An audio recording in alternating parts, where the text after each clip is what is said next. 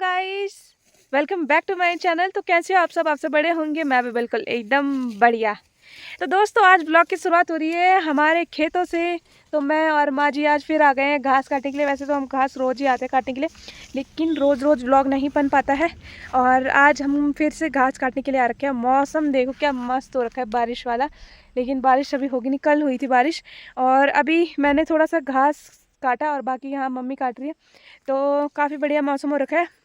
तो मैंने कहा थोड़ी देर में करूँगी ब्लॉग स्टार्ट। थोड़ा घास काट लेती हूँ। तो अभी ना खेतों में छोटा छोटा घास हो रखा है कुछ इस तरीके से। तो यहाँ पे तो थोड़ा बहुत हो रखा है। तो मैंने ये घास काटा है यहाँ पे। और यहाँ पे देखो, पहले आजकल बरसात में ना चींटियाँ ही चींटियाँ हर जगह। और साथ में ही यहाँ पे एक और चीज़ हो रखी है, ये है मुंगरी, यानी कि मक्की, जिसे हम मक्की कहते हैं। तो ये उसे उसी प्रकार मुंगरी भी कहा जाता है इसे। तो कुछ इस तरीके से होती है ये जंगली मुंगरी। तो कहते हैं ये बाग की मुंगरी होती है। और जब ये ना, अभी तो हरी है ये, और जब ये पक जाती है तो ये लाल रंग की हो जाती है, लाल कलर की। और इसके ना ये बीज बड़े बड़े हो जाते हैं। तो जैसे ही मुंगरी का शेप नहीं होता है वैसे आते हैं इसमें दाने दाने। और कहते हैं कि ये बाग की मुंगरी होती है, कि मतलब जब ये पक जाती है ना और बाग को जब भूख लगती है तो ये मुंगरी खाने के लिए आता है। तो दोस्तों आज मेरी आँख में ना पता नहीं क्या प्रॉब्लम हो गई। ये वाली, ये जो लेफ्ट आँख आँख है ना मेरी, इसमें अभी बहुत ज़्यादा दर्द हो रहा था कुछ टाइम पहले, 1 घंटे पहले। और पूरी आँख ऐसे लाल हो गई, यहाँ पे पूरी आँख। मैंने ठंडे पानी से भी धोया और उसके बाद मैंने 2 बार आई ड्रॉप भी डाली। उसके बाद में मुझे पता नहीं क्यों धुंधला दिखाई दे रहा था, पूरा धुंधला।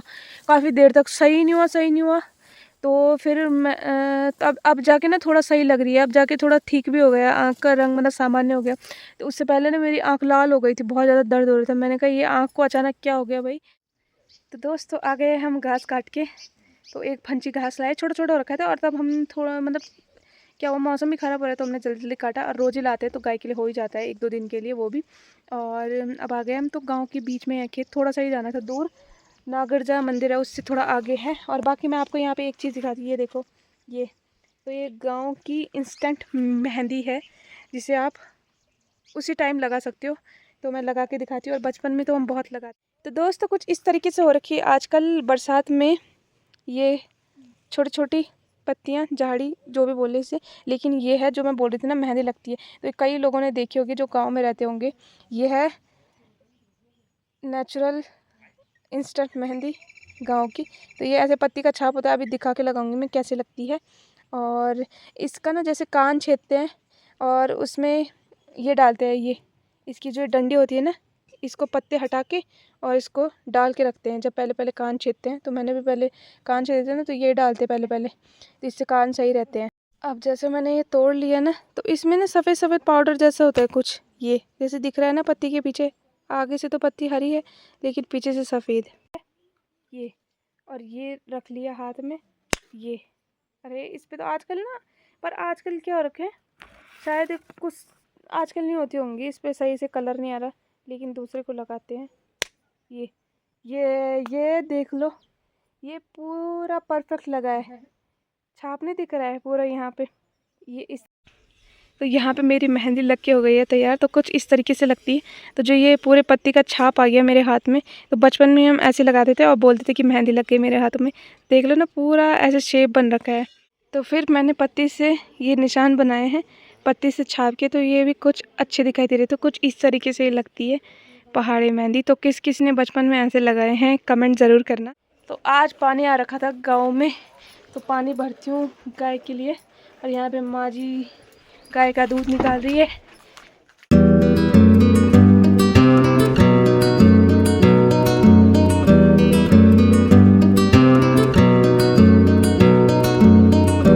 कब से मैंने अपना बछड़ा भी नहीं दिखाया, कितना बड़ा हो गया हमारा बछड़ा जब से ये हुआ। बीच में जो दिखाया, हाँ परसों दिखाया था एक दिन।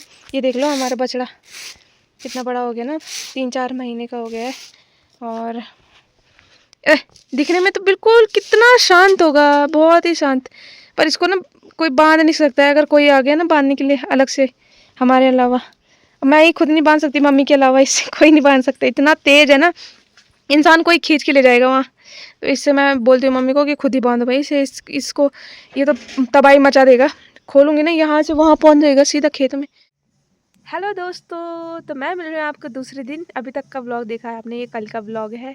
और मैं आ रखी हूँ अभी अपनी गौशाला में और मेरी गाय भी आ गई। मैं आई और मेरी गाय भी आ गई। तो आजकल ना ये मौसम हो रखा है ना बरसात का, तो इस सीज़न में ना बहुत मतलब एलर्जी वाला मौसम है। काफ़ी ज़्यादा एलर्जी होती है मुझे इस मौसम में। और सुबह ही ले आई थी मैं घास वगैरह। आज मैं कल तो हम शाम को गए थे, लेकिन सुबह ले आई कि मैंने कहा यार शाम के टाइम पे बारिश भी आ सकती है ना, फिर गीला घास कैसे लाना। तो इस चक्कर में मुझे सुबह ही जाना पड़ा घास लेने के लिए। घास लेने के लिए घर के सामने थे खेत वगैरह, तो वहीं से ले आई मैं। और घास से भी ना, घास की धूल से भी एलर्जी हो जाती है। तो मेरी गाय कितनी अच्छी है ना, ये शाम तक चरती रहती है, इसको कोई मतलब नहीं है, अपना आराम से मस्त होकर चरती रहती है। तो एक दो दिन पहले मैंने एक लड़की की वीडियो देखी जिसमें वो रो रही थी, और इंस्टा में देखी थी मैंने वो वीडियो, लेकिन पूरी नहीं देखी। कई बार ऐसा होता है ना कि हम उस वीडियो को इग्नोर कर देते हैं, या फिर मैंने ऐसे ही स्किप कर लिया था, तो वो मैं नहीं देख पाए। लेकिन ऐसे थोड़ा सा देखा था मैंने कि वो रो रही थी। तो कल मैंने फेसबुक में उस लड़की के बारे में पढ़ा, किसी ने पोस्ट शेयर कर रखी थी। तो फेसबुक में आजकल, फेसबुक तो हर कोई चलाता है, और कुछ भी घटना घटे, कोई भी खबर हो, तो लोग ना फेसबुक के ज़रिए शेयर कर देते हैं, तो पता चल ही जाता है। फेसबुक में तो सबसे पहले पोस्ट करते हैं लोग। तो उसमें भी इस लड़की के बारे में पोस्ट करा हुआ था, और उस लड़की की फ़ोटो ये है। तो दोस्तों, अभी तक तो आपने इस बहन के बारे में सुन लिया होगा कि इस बहन के साथ क्या घटना घटी। तो जिनको भी नहीं पता इस बहन के बारे में कि इसके साथ क्या हुआ और अब ये इस दुनिया में नहीं है, बहुत बुरा लग रहा है सुनाते हुए। तो इस बहन का नाम है सृष्टि कंडारी, और ये एक सरकारी टीचर थी जो कि अब इस दुनिया में नहीं है, क्योंकि इस बहन ने अपनी ससुराल वालों की वजह से अपनी जान ही ले ली। क्योंकि वो इतना ज़्यादा मतलब मानसिक रूप से बहुत दुखी हो चुकी थी कि उन्होंने इतना बड़ा गलत कदम उठाया। और सबसे जो मेन कारण है दहेज, और अन्य रूप से प्रताड़ित किया। तो सबसे पहले आप इस वीडियो को देखिए, जिसमें ये बहन अपना दुख बताते हुए लास्ट वीडियो बना रही है।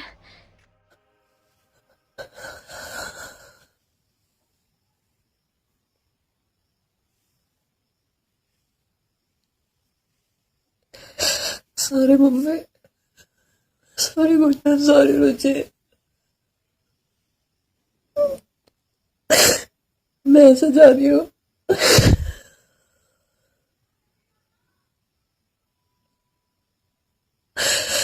बट अब सब बहुत अजीब सा हो गया। 6 महीने से सह रही हूँ, अब और सहा ही नहीं जाता। इन लोगों की सोच कभी चेंज ही नहीं हो सकती।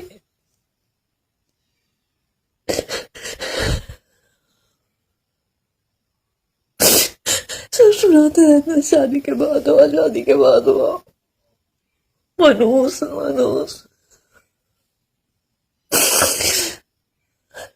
कि तूने 1 हफ्ते से हमें फोन नहीं किया।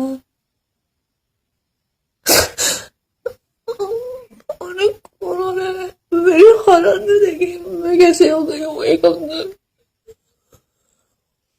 उन्हें कि हमारे पापा बीमार है, तो बस हम ही हो सकते हैं परेशान। मेरी क्या गलती है?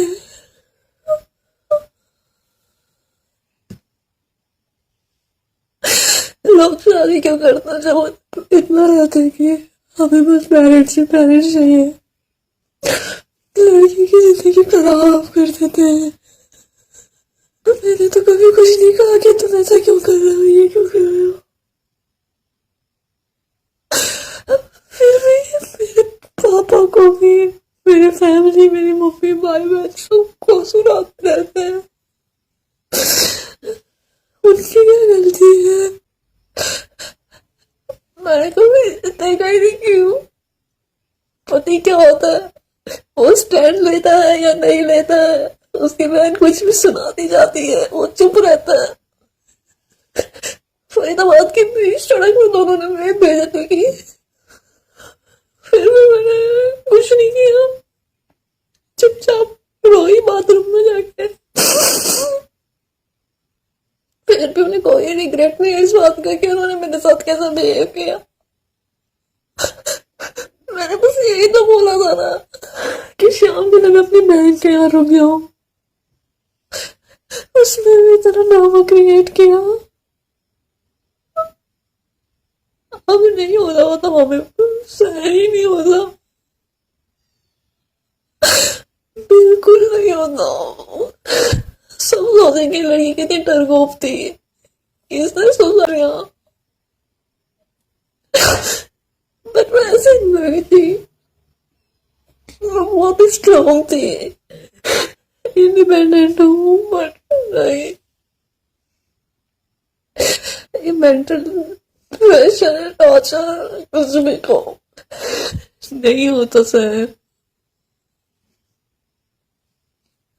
सब इन्हें कह रहे हैं कितने अच्छे बच्चे हैं, इन्होंने मेरे पापा की कितनी सेवा की, और इन्होंने मेरे साथ क्या किया। हर बात के लिए कुछ ना कुछ सुनाना, कुछ कहना।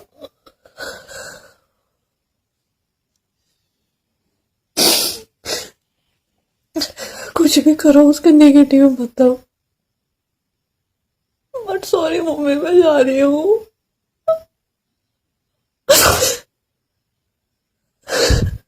सॉरी बच्चों, प्लीज मुझे माफ करना,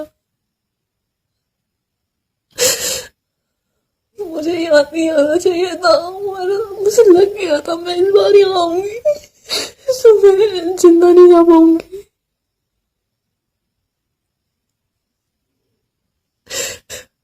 वो कभी अच्छा पति नहीं बन पाया मम्मी, बिल्कुल नहीं। उसकी बहन, वो चाहते ही नहीं थी हम कभी एक हो। जब उसकी बहन को इतनी इनसिक्योरिटी थी तो उससे शादी नहीं करनी चाहिए थी। मैं ऐसा नहीं करना चाहती हूँ कि मुझे पता है यहाँ पे भी कैसा माहौल है, वरना मैं और नहीं सह सकती।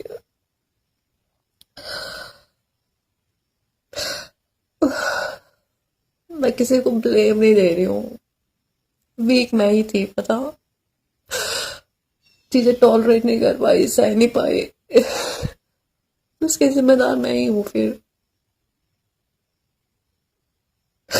और कोई नहीं। तो इस वीडियो में इस बहन ने अपना दुख जाहिर करते हुए बताया है और अपने मम्मी पापा भाई बहन से माफ़ी मांगी है कि मुझे माफ़ कर देना कि मैं ये गलत कदम उठा रही हूँ। कह रहे हैं कि लोग कहेंगे कि क्या डरपोक निकली, इसने कर लिया, लेकिन वो मानसिक रूप से इतना मतलब प्रताड़ित हो चुकी थी ना कि उनको इसके अलावा कुछ कदम नहीं उठा। वो बहुत सारे कदम उठा सकती थी, उनके खिलाफ शिकायत दर्ज कर सकती थी, लेकिन अपने जो परिवार वाले थे उनको बता सकती थी कि उसके साथ कैसी कैसी घटना घट रही है।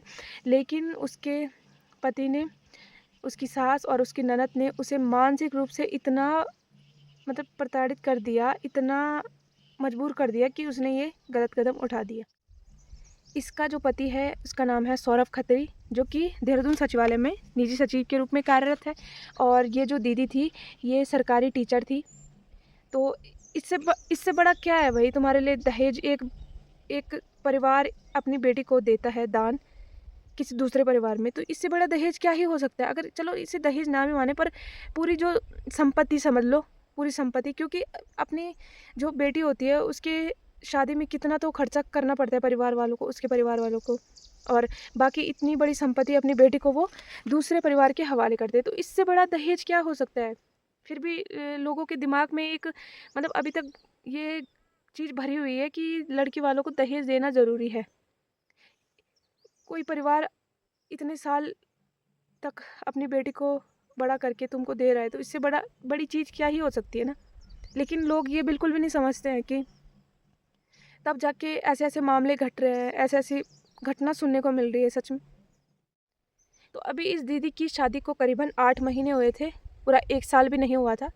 पिछले साल ही इनकी शादी हुई और मतलब 8 महीनों में ही इन्होंने इतना परेशान कर लिया, और 6 महीने से बहुत ज़्यादा परेशान है। उन्होंने खुद कहा कि 6 महीने से ये लगातार उसे सुनाने पे लगे हुए हैं, उसे हर बात पे सुनाते हैं, बेइज्जती करते हैं और मनुस मनुस कहते रहते हैं। मनुस इसलिए कहते हैं क्योंकि जब इस दीदी की शादी हुई तो इनके जो ससुर थे वो 3 महीने बाद उनकी डेथ हो गई है ना।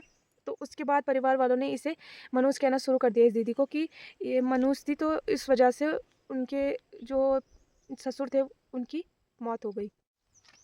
तो पहले तो जो ससुराल वाले थे उनके तो नसीब खुल ही गए थे, क्योंकि उनके घर सरकारी बहू आई है, सरकारी टीचर है, तो उनके लिए तो होना था ये सब। तो कुछ नहीं समझता ऐसे इंसान बस। बाकी जब वीडियो वायरल हुई तो सबने देखी होगी, तो तब जाके इनके खिलाफ़, ससुराल वालों के खिलाफ़ बहन के घर वालों ने FIR दर्ज कराई। और बाकी ये चल रहा है। दहेज का चाहिए भाई, तुमको दहेज चाहिए या लड़की चाहिए? कोई लड़की दे रहा है तुम्हें अपनी, तुम्हें लड़की से मतलब होना चाहिए। इतनी घर वाले अपनी लड़की को दे रहे हैं, शादी कर रहे हैं, तो ऊपर से दहेज में मांग रहे हो भाई, कहाँ से करेंगे इतना खर्चा? जिसको दहेज चाहिए तो वो बिल्कुल भी ना सोचे कि शादी करनी है उसे, तुम ऐसे रहो हमेशा। दहेज दहेज के चक्कर में किसी दूसरी लड़की की ज़िंदगी बर्बाद कर रहे हो, है ना। मतलब क्या ही सोचा, अभी करीबन 8 महीने भी नहीं हुए थे उस दीदी की शादी को, तो क्या ही मतलब ये सोचा होगा उन्होंने, ये इसलिए शादी करी होगी उन्होंने कि मेरे साथ ऐसे होगा। कि पहले तो वो खुश रही होंगी जब तक उनकी शादी नहीं होगी, जब उसके बाद शादी हुई तो वो तब कहाँ से खुश रहना। तो हर कोई सोचता है, हर कोई सोचता है कि उसे अच्छा परिवार मिले, अच्छा लड़का मिले, लेकिन कुछ इस तरीके से हो जाए ज़िंदगी, तो तब कुछ भी क्या रहा ज़िंदगी में फिर। जब से मैंने ये वीडियो देखी ना तो मुझे बहुत ज़्यादा बुरा लगा। बाकी इस बहन की आत्मा को शांति मिले, और जितने भी गुनहगार हैं उनको सज़ा मिल सके, बाकी इनको न्याय मिले। धन्यवाद।